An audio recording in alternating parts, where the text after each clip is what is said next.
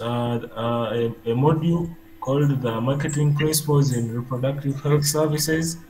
And in this particular module, we're going to have a look at at the marketing aspect, but this time more reflecting on how we can be able to market, but also what some of the principles regarding marketing are in the aspects of reproductive health. And we have specific objectives for this particular module, but also for this particular lecture that we want to look at specifically. And one of them is that we should be able to define marketing principles and how they apply to reproductive health services. But also we shall be able to look at the 4 Ps of marketing mix and explain their relevance for reproductive health service delivery. Then thirdly, we shall need to be able to analyze the market segmentation, targeting and positioning strategies for reproductive health services. Fourth, we need to evaluate the role of branding in reproductive health service marketing, and then be able to discuss the ethical and social implications of marketing reproductive health services. So to start with the key terms or the definitions in marketing principles of reproductive health services, we need to look at what marketing is. And therefore, marketing is the process of creating, delivering, and exchanging value for customers and stakeholders in reproductive health services. And in other words, when we are referring to creation, it means that there is a product or there is a service that is being offered, or there is something tangible that is being offered. And delivering, therefore, means that you have a client or you have a consumer who is taking your product or your service. And in exchange, we are referring to either a monetary attachment, or we are referring to knowledge exchange either between the customer or the stakeholder and the service provider. So, but when we're referring to marketing principles, we are referring to the fundamental concepts and tools that guide marketing decisions and actions. So, marketing principles can help satisfy the needs and wants of their target market while achieving their organizational goals. So, when we're referring to principles, we are looking at how you're able to understand your target population, but also some of the strategies that you lay in order to achieve your organizational goals. And some of those strategies, we shall be discussing them throughout this particular lecture in here. And therefore, that leads us to an introduction of the different strategies. And one of the strategies in marketing principles of reproductive health is what we call the 3C framework. And the 3C framework tool that helps assess a company's strength and weakness, customers,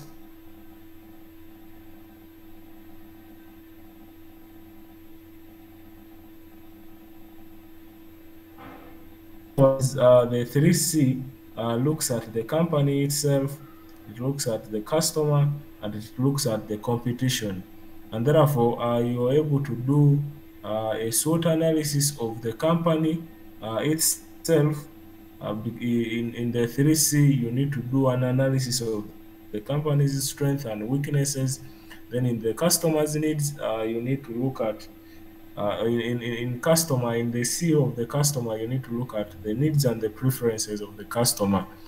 And lastly, in the idea of competition, it is important that you look at the opportunities and threats that come along with regarding the particular product you're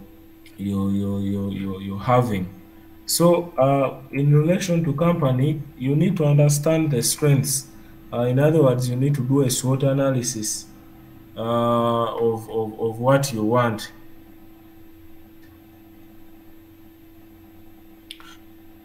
And in SWOT analysis, you need to understand what are your strengths. For example, if you're offering antenatal services, it is important that you do uh, SWOT analysis for your services. You need to understand what your strengths are, what your weaknesses are, what your opportunities and the threats are. For example, in that example of antenatal care, what would be very relevant is that you need to understand your strength. Probably the strength is that you have skilled staff. Then the weakness is that probably the weaknesses could be distance or long distances, or the problem might be that you have fewer staff, or the another weakness as an organization could probably be issues of space. But the opportunities in there would probably be opportunities such as probably availability of referral centers, or the availability of land that can enable expansion later on. So then you can also look at threats such as competition, mainly from other individuals, or threats that look at people's cultural understanding or people's religious affiliations and values that may not be aligning with your antenatal care service provision. Then when you're looking at customer, it means that you need to do identification of the diverse needs, the perspectives and the barriers individuals seek from reproductive health services. So you need to understand all these problems from the consumer or from the customer's point of view. So then they can be able to offer you an idea of how you can tackle, or uh, how you're able to solve some of the issues regarding customers. Thirdly, we look at the aspect of competition, and when we're looking at the aspect of competition, it means recognizing other sources of information, services, and influences impacting individuals' reproductive health services. So you need to understand where is this what is causing competition with the information you're offering. And most times we know that some of the issues that are causing competition among our clients could be issues of religious affiliation, could be issues of cultural, or could be issues of peer influence. And probably because of the peer influence, the person may prefer to listen to what the peers are.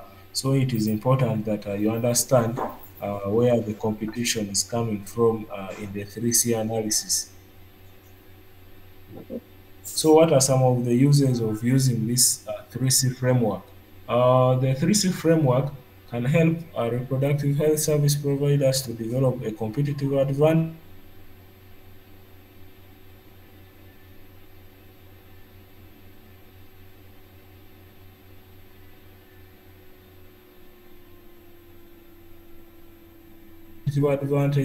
in regards to the type of service that you offer. Secondly, the 3C framework can also help reproductive health service providers to align their internal capabilities with external market conditions. So when you're referring to external market conditions, actually looking at the competition that is from out.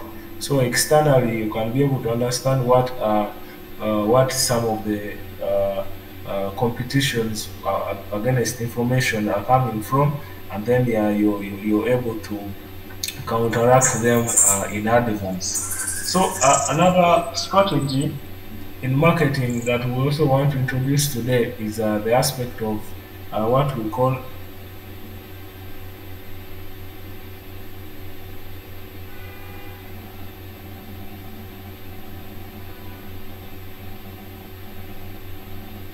we refer to it as a marketing process that involves dividing a market into distinct groups of customers, selecting the most attractive segments to serve,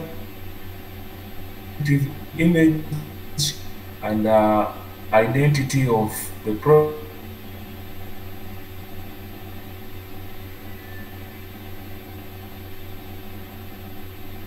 product, or three key main aspects in which you can be able to offer reproductive health services. And one thing is that you need to segment. And when you're looking at segmentation, you're actually looking at uh, uh, distinguishing or dividing a group, or your market into those specific groups of customers. For example, you would want to look at women, you would like to look at men, you would like to look at probably women of reproductive age, you would want to look at married women, you would like to look at married people, you would want to look at all those as a segment. But then ahead, you in the T, you go ahead and look at the most attractive segment, and in that regard you may be wanting to specifically look at uh, uh, maybe by location.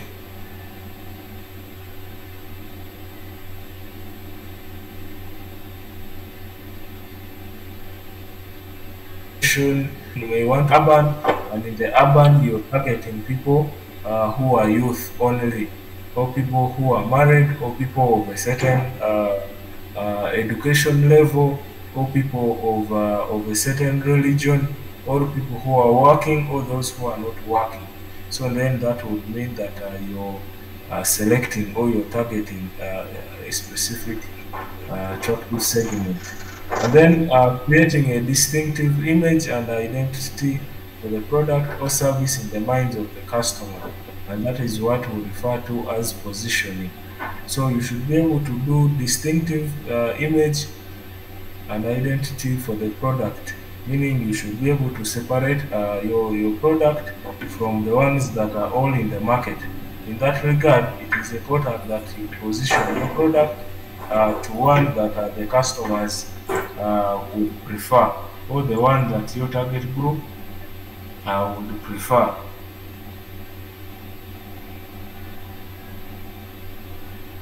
So STP can help reproductive health service providers to tailor their offerings to specific needs and wants of different customer segments while differentiating themselves from competitors. So because you do understand and you've segmented, targeted and positioned your reproductive health service very well, it offers you an advantage because you very well know what your customers want, but also you understand some of,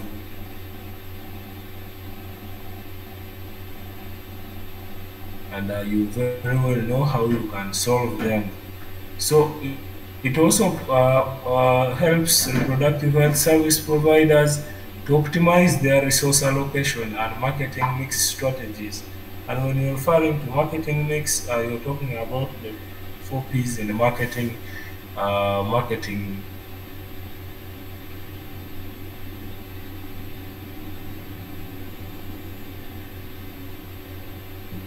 able to put your resources specifically to areas that that you have understood, because you already know your target group, you have positioned very well, but also again you've segmented your population or your area of interest very well in there.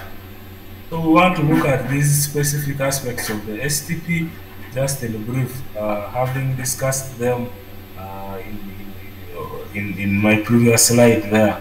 So in segmentation, in marketing reproductive health services, we are meaning that it involves dividing potential customers into different groups based on their needs, preferences, and behaviors related to reproductive health.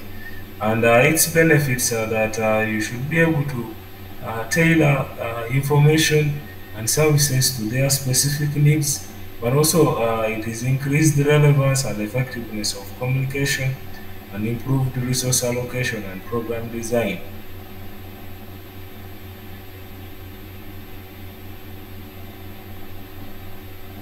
Look at a group that is probably out of school youth.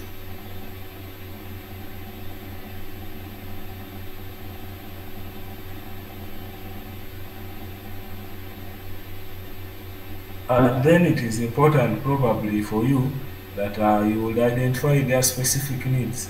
And it is possible that their specific needs might be needs that are associated probably to issues such as, let's say, family planning, or they might be looking at adolescent health more of an interest.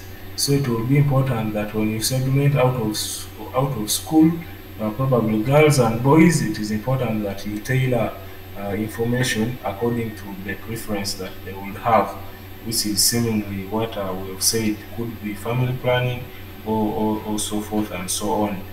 So that those are some of the benefits in there, but also there is reduced stigma and barriers to access. Then there is more equitable and inclusive service delivery. And when you're referring to reduced stigma, it's because you're dealing with a group that understands their challenges.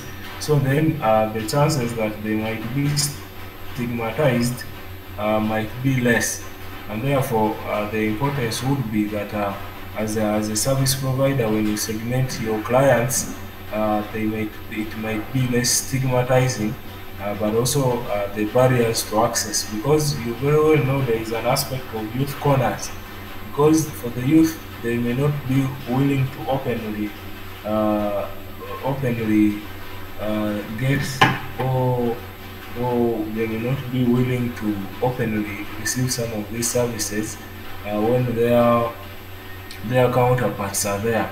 So it is important that you as a service provider, you understand and you reduce some of the barriers to accessing this by creating those privacies where people can access those services without prior barriers. Then you're looking at more equitable and inclusive service delivery, because you're doing a target-oriented segmentation. So some of the segmentations, some of the different ways you can segment the population. Demographically, you can segment using age, where you put teenagers, young adults, middle-aged, and seniors. But also you can have gender identity and sexual orientation.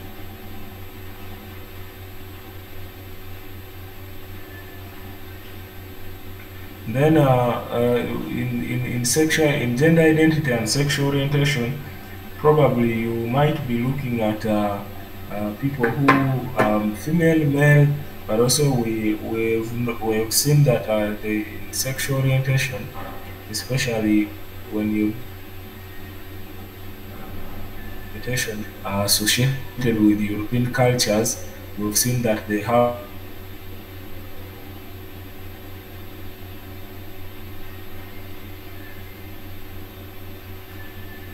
different sexual orientations, that are sexual orientations in there. Then, thirdly, in demographic segmentation, you can do socioeconomic, like I said earlier on. You can be able to divide or segment people into income level or their education. Also, in family structure, you can have single individuals, those who are married, those who have single parents, and so forth and so on, and even location, where you can have urban, rural, and remote. Then segmentation in marketing, reproductive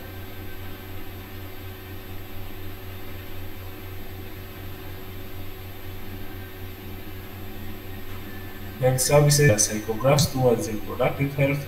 You also want to understand and divide them by their beliefs and values related to family planning and sexuality. But also you can divide them according to the risk perception and concerns.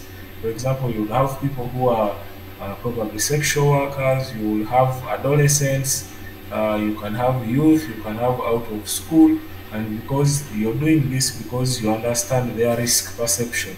But also you can go ahead and look at those who are staying in the borderlines, international borders, those who are staying in town settings and so forth. Similarly, psychographic can also be applied in terms of cultural context and traditions, where you're able to understand and divide people according to their traditional contexts.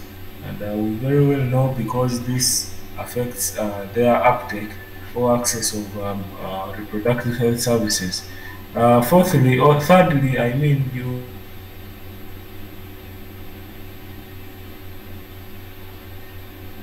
you're looking at service utilization, segmenting individuals by service utilization. And here you want to look at whether someone has had a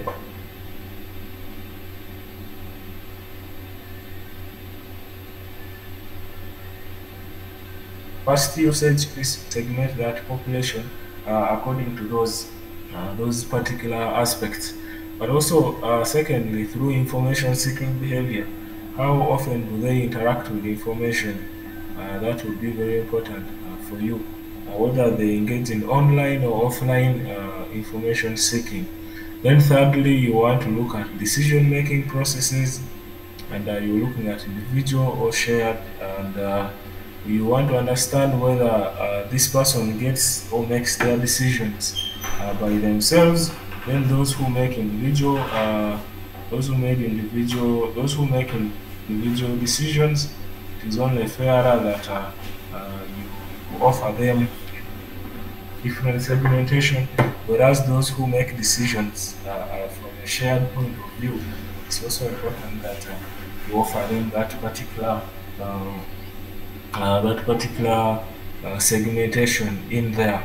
Then, lastly, you want to look at the barriers to accessing services. So, this might involve geographical, but also it might as well involve psychological aspects. So, it is up to you again to look at how or what some of the challenges are this person might be having, and you're looking at them as per in terms of costs or behavioral aspects such as fear or stigma. So it would be important that you segment those who could be having behavioral barriers, those who may not be accessing your reproductive health services or your nutrition and dietary services because of the cost associated to accessing such a service. But also, it is important that you segment those who might not be accessing your service because of fear or because of stigma. So then you can be able to develop a strategic idea on how you're able to solve these particular problems in there. Then, lastly, some of the additional factors through which you may segment in marketing reproductive health services is through specific health needs, but also through language and communication preferences and physical accessibility. So you need to have considerations for those who are disabled, and probably you can be able to segment them as or divide them as a different segment. Similarly, it is important that you also understand that different people have different language and communication preferences, and therefore it is important that you are able to segment them accordingly. But also, people have different needs, so it is important that you segment people according to their needs. Those who have maternal health needs, but also those who have family planning or contraceptive needs. So we also look at targeting in depth here as the second aspect in STP, and we are referring to marketing to targeting as earlier we said, as a marketing reproductive health service is the process of identifying and reaching the most suitable and receptive segments of potential clients for a specific service or product. So having segmented using those above principles that we discussed, it is important that now we target. And that is why we're saying here that it is a process of identifying and then reaching the most suitable receptive segments. So the benefits of targeting is that it can help improve the efficiency and effectiveness of reproductive reproductive health programs. by ensuring that the services and the products are tailored to the needs and the preferences of clients, and that the communication and promotion strategies are appropriate and they are appealing to them. Because you understand that you're targeting this specific group, then it is always possible for you to understand their preferences and drive your particular point to that particular group. But also, targeting can also help reduce wastage of resources and increase the impact of reproductive health interventions by focusing on the segments that have the greatest need, demand, or potential for behavior change. So the interest is that after you have selected that specific segment and you've targeted that particular group, you're targeting people who need the greatest need, and therefore you reduce the resources that you would have wasted to cover an entire population or an entire market.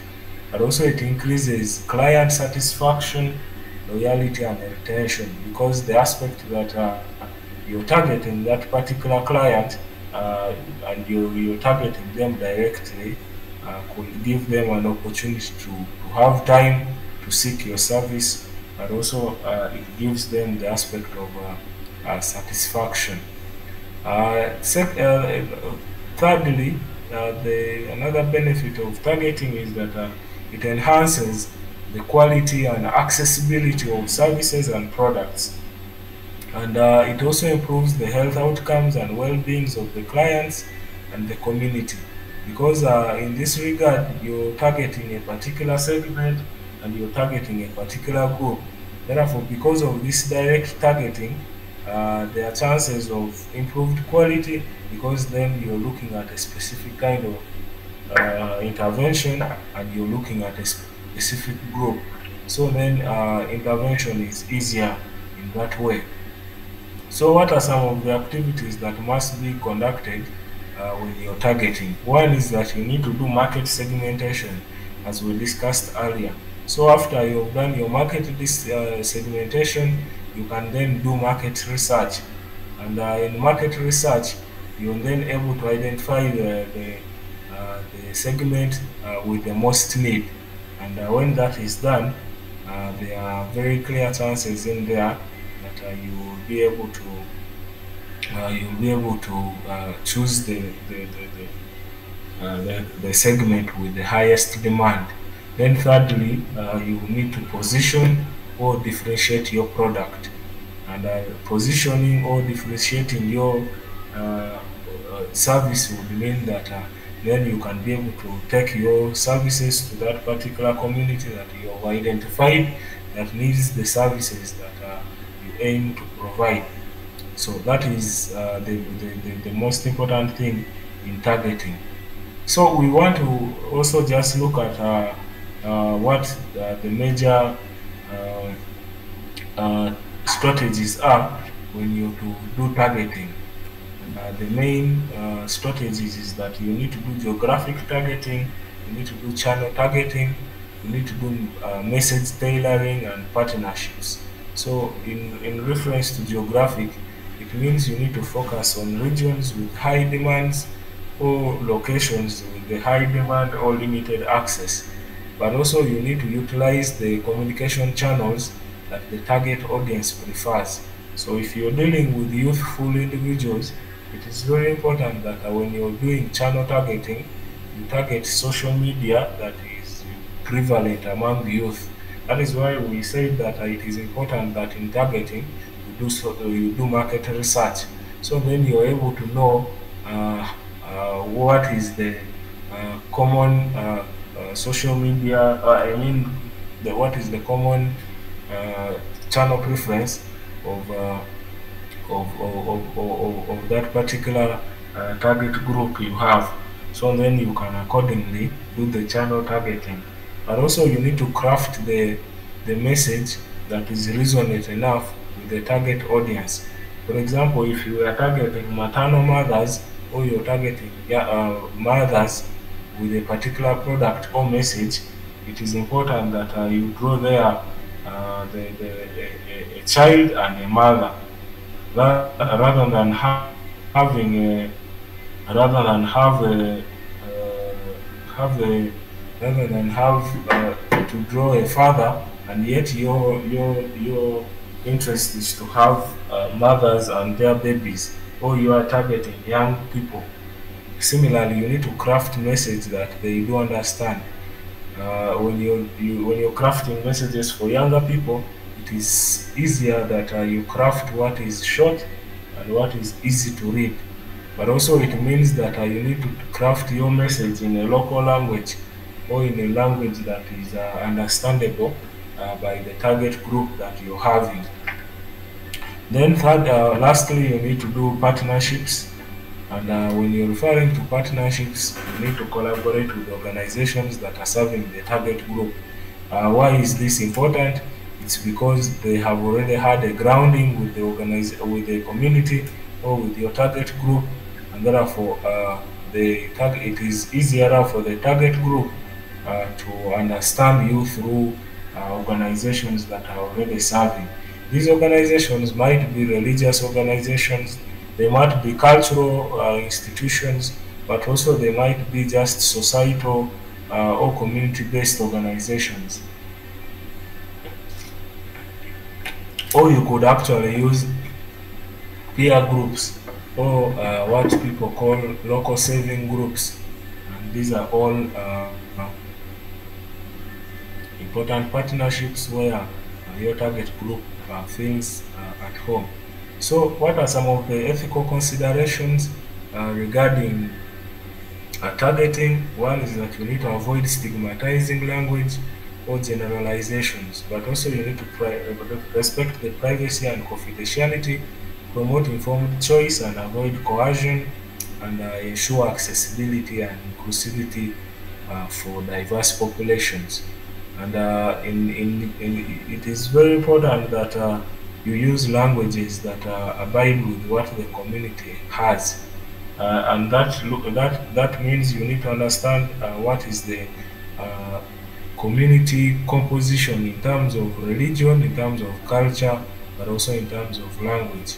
So then it can be able to guide you, because in our African settings, most of the values, most of the practices that we have as Africans, they are they are more generalized to our religious beliefs and our cultural beliefs. But also, when someone provides you with information, it is important that you give them privacy, but you also keep their information with a lot of confidence. And then you need to give people enough information so that they are able to make decisions uh, when they are uh, when they are informed, or when they know what to do, rather than forcing them, or what we call coercing them to take these services. It may not be of importance to have them forcefully take services that they cannot. Okay, so that takes us to the last bit of the STP, and I think we want to look at the aspect of positioning. And when we're referring to positioning, positioning is the process of creating a distinctive image and value proposition for a product or a service in the minds of the target market. So, positioning in marketing, reproductive health services involves identifying the needs, preferences, and perceptions of the potential clients, and communicating how the service can meet those needs and expectations better than the competitors. So it is more about identifying people's needs, preferences, and perceptions, and then you should be able to have an idea of how to meet those particular needs and expectations, and you should be able to beat your competitors. So the main strategies through which you can manage your positioning is: one, through differentiation. You need to create a unique selling proposition that you highlights the benefits and the advantages of the services over the alternatives. So it is important that you differentiate your service from others. If you're offering a reproductive health service, probably say HIV testing.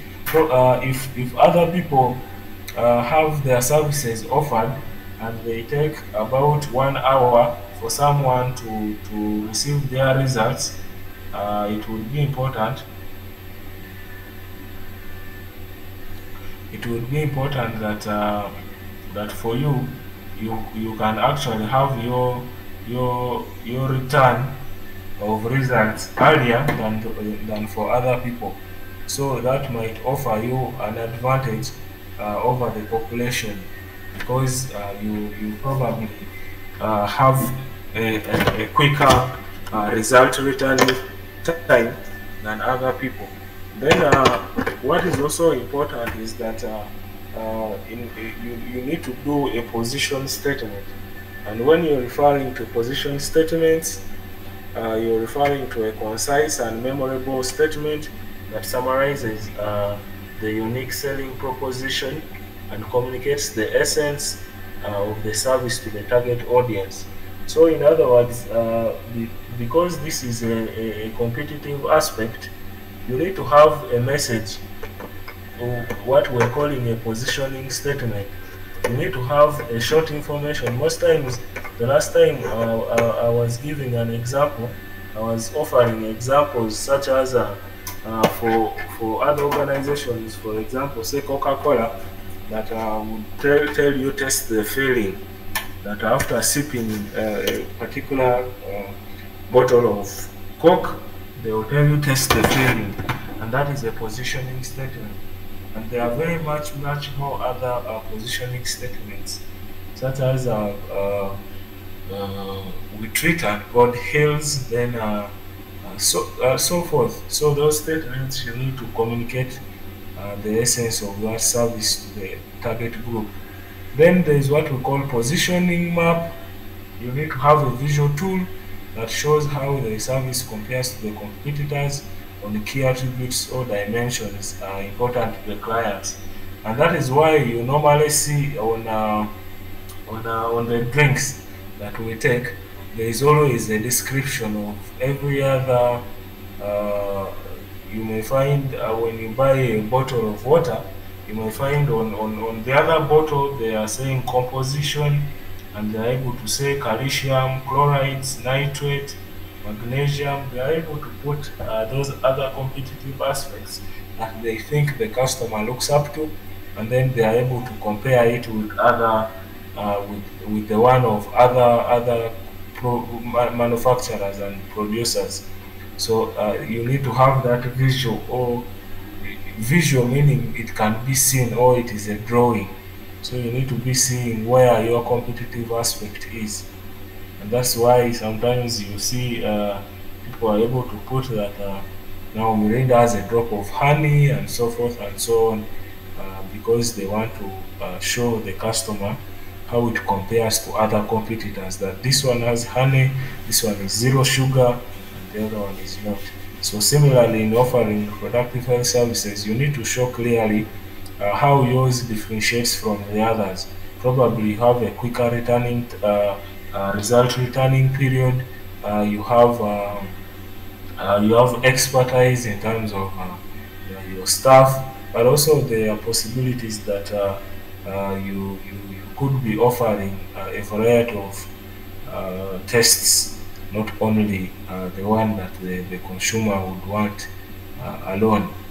So then the expertise is that you need to emphasize specialized knowledge, experience, and quality care.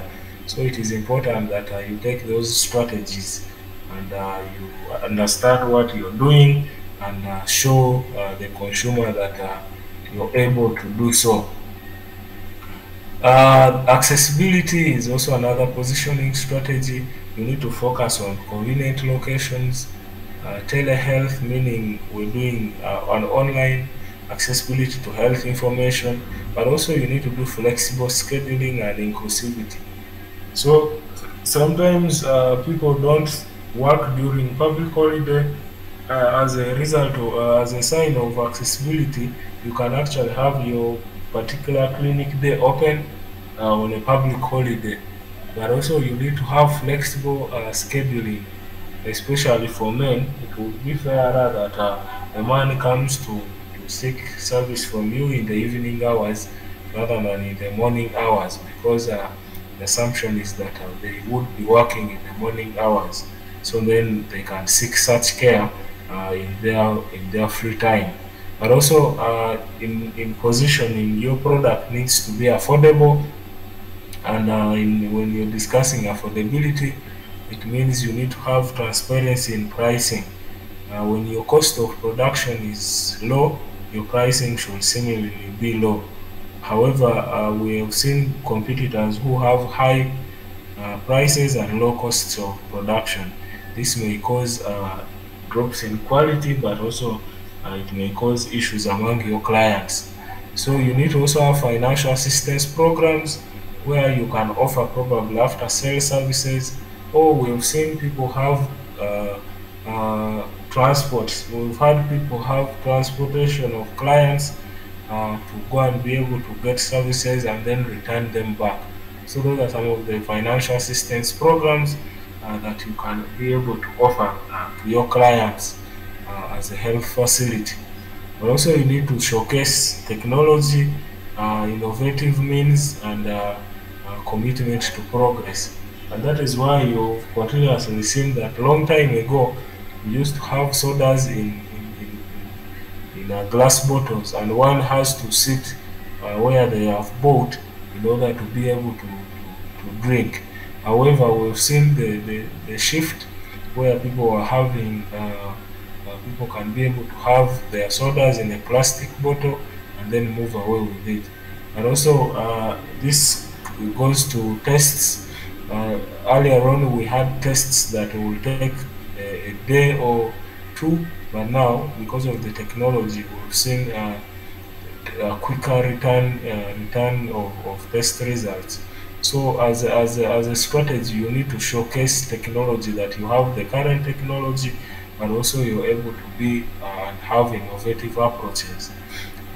Fourthly, you need to have empowerment. Position yourself as a partner for informed decision making and choices. So it is important that you empower your population with information, and if you're able to offer them information, trust me, it will be very easy for them to make decisions and choices from what you have said. And lastly is the aspect of confidentiality and privacy, where you need to assure information safety and security. So you should be able to assure the public or your target group that you will surely keep their information safe, and that their information is secure. So then you can build confidence, and issues of stigma can be ended. So I think that is where we ended with the first lecture, and I think I would also like to conclude there, because the next aspect looks at the 4 Ps. So up to that far is where I would like to conclude this particular introduction to market principles in reproductive health. So in the next lectures, we will be looking at the 4 Ps, and we shall be able to introduce branding in there.